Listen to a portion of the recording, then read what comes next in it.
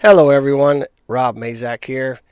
I am a psychic medium and I love to do podcasts and talk about some of my experiences and information and knowledge that I've gained over all the years of my practice and being part of the spiritual and metaphysical community. And it is my calling. It is something that my spirit guides has put forth to me that I need to share.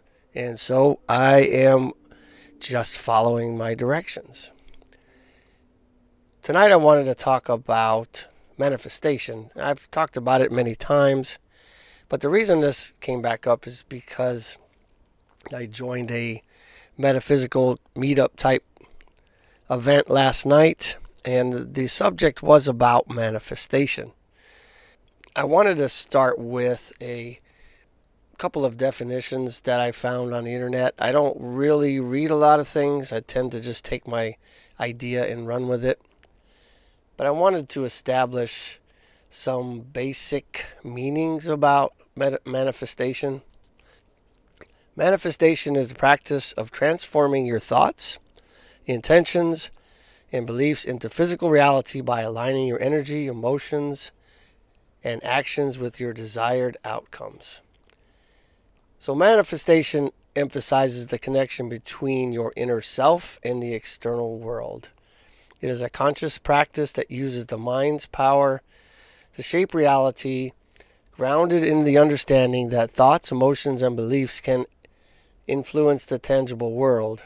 It is not merely wishful thinking, but it involves active participation through clarity of intention, self-belief, and aligned action. So one of the things I wanted to point out really quick about that definition is you noticed it takes more than just thinking and thoughts and believing that you can just simply sit on your couch and manifest your life. And I'm not saying it's not possible, because I can tell you through some examples I may have throughout this podcast that it is possible to, I hate to say the word create, but we'll use that word for now, to create something into your life or bring something into your life through the regular practice of visualization, alignment with your desire and affirmations and things like that. Now, those can work. However, there should be some action behind those thoughts, because action is probably the biggest part of the equation.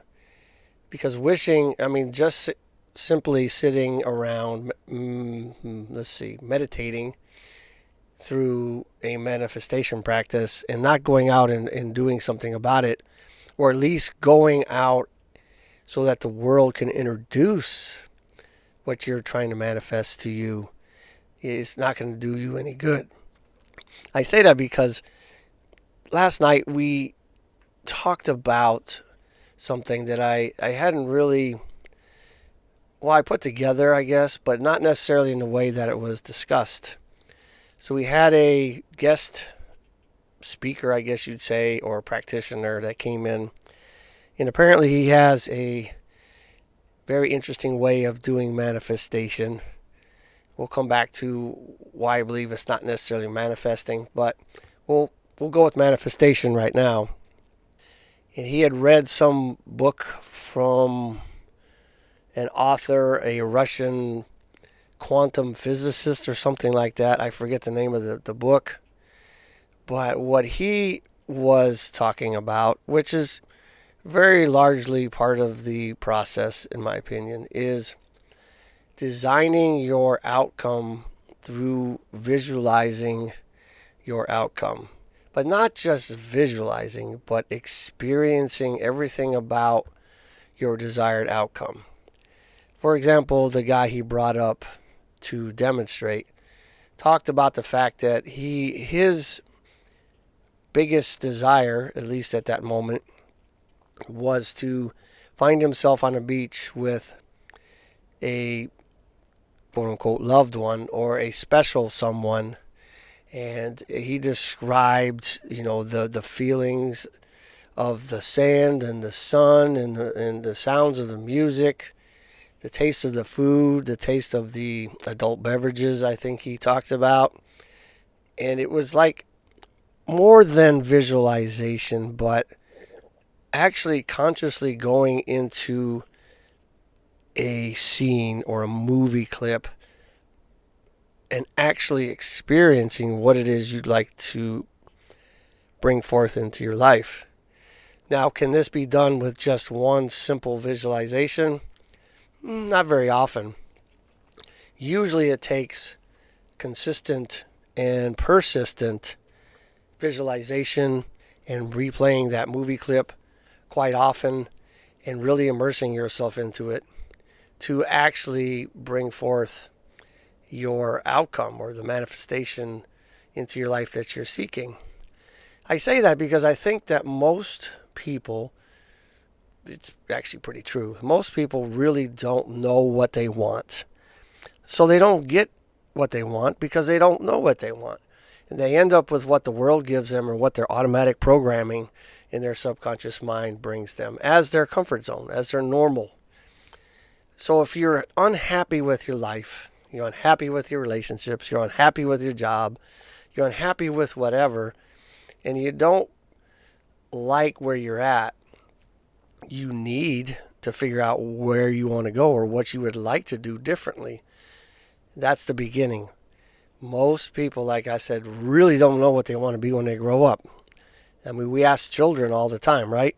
What do you want to be when you grow up? I asked my nephews that are twins, twin nephews, about that. They're like 6 years old, 7 years old, I think. They had these crazy ideas of what they wanted to be, like an astronaut or a dentist. I don't remember what they said, but I remember that it was very elaborate and very high level type of idea of where they wanted to go. But how many of us can look back at our childhood and look at all the things that we said we wanted to be, an astronaut or a pilot or a dancer, or some people actually do want to be a dentist. Dentists do make a lot of money. I'm not making fun of them. I'm just saying there are people that have a desire when they're younger and really stick with it. But I'd say about 95% or better of us really change our mind way too often for the universe or God or whatever exists outside of us to actually answer the call with the manifestation we like to have.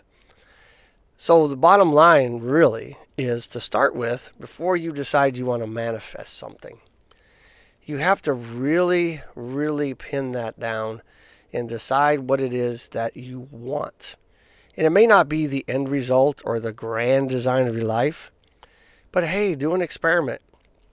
Maybe you'd like to call into your life, I don't know, a pink toy elephant, just to practice with it. And imagine a pink toy elephant. Research it. Put pictures on your refrigerator. Think about it all the time. Meditate on it. Talk to your friends about it. I'm telling you, if you can stay with that long enough, a pink toy elephant will show up in your life, right? Or you will run across an opportunity to acquire a pink toy elephant.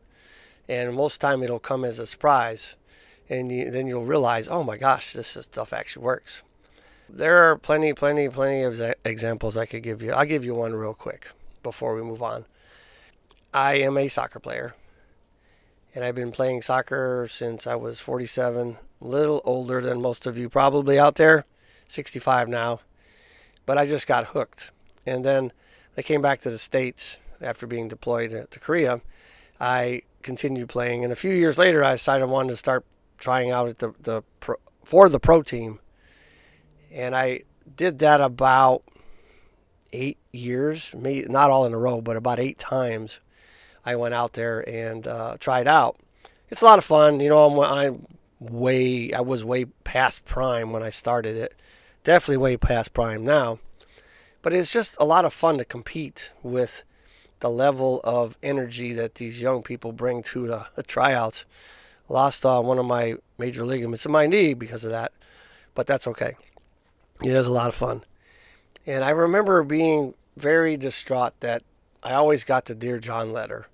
Not even a pat on the back or you did a great job or, you know, some kind of praise or some kind of, I don't know, something that made me feel good about being out there and doing that, putting the time into practicing and showing up and paying the money and getting a t-shirt and all that stuff.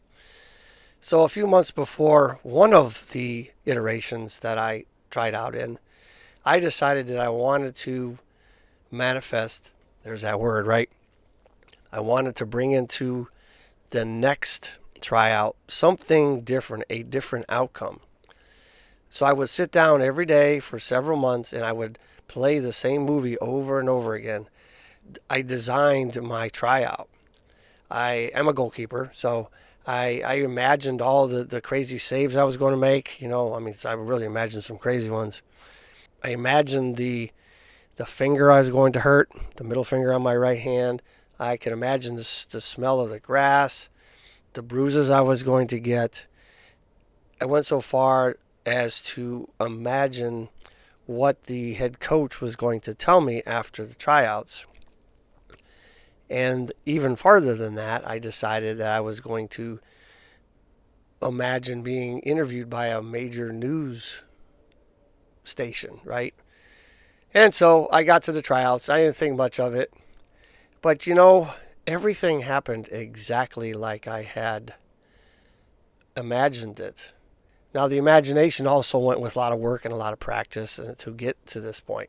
I didn't just wait and then was all out of shape and didn't have the energy or the skills to play out my movie. But everything happened verbatim, exactly like I imagined it those 3 months ahead of time. The coach said exactly word for word, literally word for word, what I had imagined in my visualizations. The finger I thought I was going to hurt, I did. And I got to the sidelines, you know, after my particular game, and somebody stuck a mic in my face from one of the major news stations to interview me. I don't ever know if it went on air or not, but this is just an example of what visualization slash manifestation techniques could bring to you, right? But I think the real question I had, or not the question, but returning to a question that I've always had after the get together last night was, are we really manifesting something, which means bringing something into our life that didn't exist before? It's kind of what the definition means or states. Or are we simply realizing that we had it all the time? We just had to call it from within ourselves and realize it and put it into practice. I'm more bending towards the realization instead of the manifestation of what we want. Because what we have within us is quite amazing. Depends on which book you read, but we have about 50 trillion cells in our body or thereabouts. We have trillions of cells at least. And each one of those carry a small amount of voltage, and it has its own brain, its own respiratory system, its own everything. And so we are living example of a miracle and the capacity to do anything we want. I mean, I guess granted, you know, it's difficult to perceive some things like regrowing a leg or something. I'm sure that's not impossible either. By and large, we can do anything we really set our mind to. But the key is, once again, you have to be consistent with the storyline, with the movie, with the desire, and not keep changing our mind. I mean, I do it. We're all guilty of it. We change our minds all the time. And so if I was the quote-unquote universe or God or whatever you believe in is outside of us, listening in to your prayers or your affirmations or your desires or your visualization, and you change it every day or every couple of days or routinely, do you think as a provider of that, if that's the way it works, would give you the first thing you desire or the thing you desire most often instead of looking at your patterns and going, this person really doesn't know what they want. Let's wait till they can figure it out. I think that's the way it works, right? And I know, because I do it too. I change my mind often. I have lots of examples of how I've brought things, there I go again. I realize things into my life that weren't there before, or I couldn't notice them. I say that because if you look at the major parts of the brain, just the major parts of the brain, the conscious and the unconscious or subconscious. I talk about this a lot in my podcast. I hope you're not bored with it, but it really brings home a point. So our conscious mind is only about 5% or so of the processes of our mind. During sleep time and alpha states and hypnotic states, your conscious mind is silent. But your subconscious is about 95% of our life, and it's always listening, always recording. It's how we learn how to survive and to get along in the world as a youngster, because we come in with a blank slate. And our experiences and our cultures and our raising, our schools, all these things, they teach us to be who we need to be to survive in this world that we call home. Now, these could be good things. They could be bad things. They could be all of those things. But the thing is that this becomes a program, an automatic program. Think about it when you learn to drive. I mean, how hard was that to pay attention to the blinkers, the brakes, the gas, the mirrors, all the cars around you, the traffic lights, the stoplights, all these things. It was just immensely hard to do because you were doing that with the conscious part of your mind. But after you did that repetition over and over and over again, the subconscious captured that programming. And now you can back out of your driveway with a cigarette in your hand, a cup of coffee in the other hand, changing the radio station, throwing it into gear, driving to work, and not even remembering the trip because your subconscious mind takes over because it's been programmed to do that. It's been programmed to walk. It's been programmed to talk. It's been programmed to write. So programming is really good. It does take away a lot of conscious effort from us. If you've ever had to think about something consciously a lot throughout the day, it'll wear you out. It's especially with a new task, something new you're trying to learn. I mean, you go home after work and your boss had given you something new to do, and you had to think on purpose all day long, and you go home and you just be exhausted. But the thing about the subconscious programming is this. It also brings things into your life that it considers normal. Now, if you grew up in a hostile family environment, or your parents were alcoholics or drug addicts, or any kind of influences that were bad, traumas that happened to you, those can also become what your subconscious considers normal. Your subconscious is like the private. It doesn't question the general. Whatever it gets, it acts on it. It absolutely does. It does not question the orders. It just follows those orders. So what you consistently and persistently think about, your subconscious mind grabs that and it puts it into the program. And guess what? Your subconscious, part of the subconscious's purpose, I kind of personified your subconscious, didn't I? But the subconscious is there to support what you believe in. If you believe in pink fairies, it will go out of its way to find pink fairies within your environment and present those to you all the time, because that's what your subconscious has become accustomed to as your belief system. It is there to support what you believe in, what's been programmed, and all that, right? And so if your subconscious does not know the difference between what has happened to you and what happens to you throughout your day, all of that stuff, why would it be at a disadvantage to use your conscious mind to purposely train or talk to your subconscious to create a new reality? So the other example I like to use is, I've done this a lot with myself, red Corvettes, right? If you want to do an experiment, try something like this. Start researching red Corvettes. Start talking to everybody about red Corvettes. Start going by dealerships and looking at red Corvettes. Just red Corvette yourself, your life, everything. Dream about them, talk about them. And before you know it, you'll begin to notice red Corvettes all over the place. Is it because red Corvettes were not there? No. It's because your subconscious is not tuned into that frequency. It's not part of your truth band. once it becomes part of what you believe to be true and you want in your life, it will go out of its way to find it for you. So it's like intentional blindness. I mean, really, we experience on average just a small sliver of what is available in this life or this universe, this existence. Very little of it we can actually perceive. Our conscious mind can only process about 40 bits of information per second, right? But our subconscious mind can take the lot of the 11 million bits of information per second we're bombarded with. So your conscious mind has to be used more than just your idea of what you think are decisions that you make. Why don't we begin to realize what we want in life? Here's that realization. Let's realize things into our life. The thing that really helped me with the guest practitioner from last night was this. He said, you don't have to have two notebooks, but just the idea of two notebooks.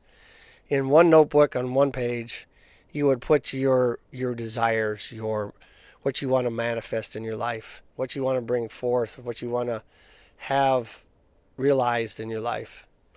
And then the other book or a piece of paper is where you start writing down your validation. Because a lot of times when we're going through this quote unquote manifestation process, we think that the manifestation is not working. Sometimes it's just little bitty subtle things that come forth. And if you start putting the little breadcrumbs together, you'll begin to realize that it is working. If you say you want to be the most charismatic, attractive person to everybody you run across, and that's your motivation or what you want to realize in your life, start noticing when people say hi, when people want to be around you and they don't necessarily even know why and there's no reason for them to be there. Start cataloging it. And I thought that was a really cool idea, because a lot of times we think that just because the manifestation that we have put into our mind or into motion or into our visualization is not necessarily coming true all at once, we start to lose hope, we start to lose focus, and we give up, and then we change our mind again. And our mind, changing, as we talked about, is not going to do the trick. We have to stay on the path. But if we start looking at those little breadcrumbs and realize that many times the manifestation that we want to bring into our lives, the things we want to bring forth or realize, sometimes they come in bits and pieces or waves or a slow progression. Maybe the universe needs to test us to see that, is that manifestation or that outcome really what we want? Is that really, really, really what we want? And I think that's why I think prayers are very similar. Because if you think about praying, it's sort of like doing visualization or manifestation. It is putting out the intent of what you want, in this case, to a God or God. In other cases, if you look at spirituality and metaphysics, then it could be that you're putting it out to the universe, or you're putting it out into the frequency of your existence, however you want to look at that.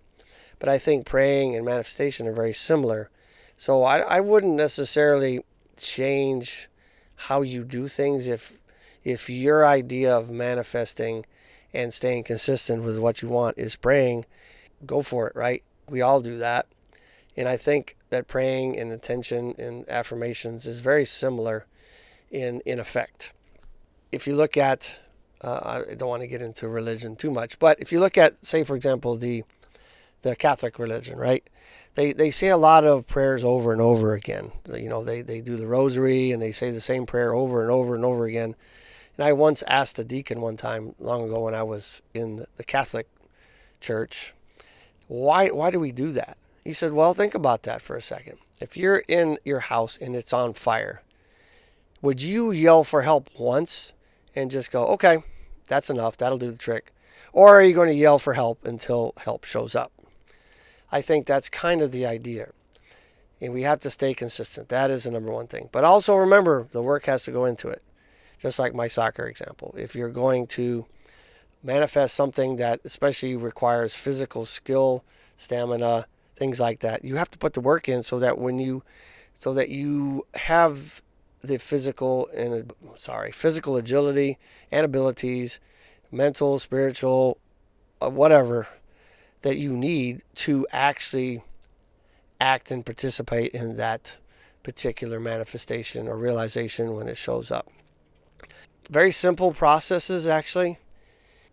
I would say it's easy or simple rather, but not easy to accomplish because it is so easy to be distracted in this world today with all the phones and the gadgets we have and all the emails and social media and people at work and the world and bills and worrying about money and jobs. Yes, it is. So you have to do yourself a very, very big favor. You actually have to take time out of your day, slice it out, put it on the calendar, tell your spouse and your kids, I'm going in here 30 minutes. That's all I need. 30 minutes or whatever time frame you give it, and actually focus on what you want. But of course, you have to decide what that focus is before you start doing that. Otherwise, you're just in there thinking and randomly going off in many different directions, and that's the way your life will continue to go. So to summarize, if you're not happy with where you're at, it's probably because you're allowing the programming of your mind to guide your way, and it's there to keep you safe and to keep you surviving in this world. It is a good thing, of course, but at the same time, is it what you want? If it's not what you want, then it's time to make a design, create a design, and then once you actually have that solidified, to actually do something about it. If it's researching, if it's beginning to work out, if it's beginning to learn to meditate, however it is that you need to get there is how you need to get there. Everybody does it different. Everybody has a different way. If you ask anybody how they manifest things or how they go about trying to manifest things, you'll probably get a million different answers. And you have to figure out what works for you. But I can tell you, very simply, as I've said many times in here, it has to be consistent and persistent patterning of our thoughts. We have about 60,000 thoughts a day. We cannot control all of them.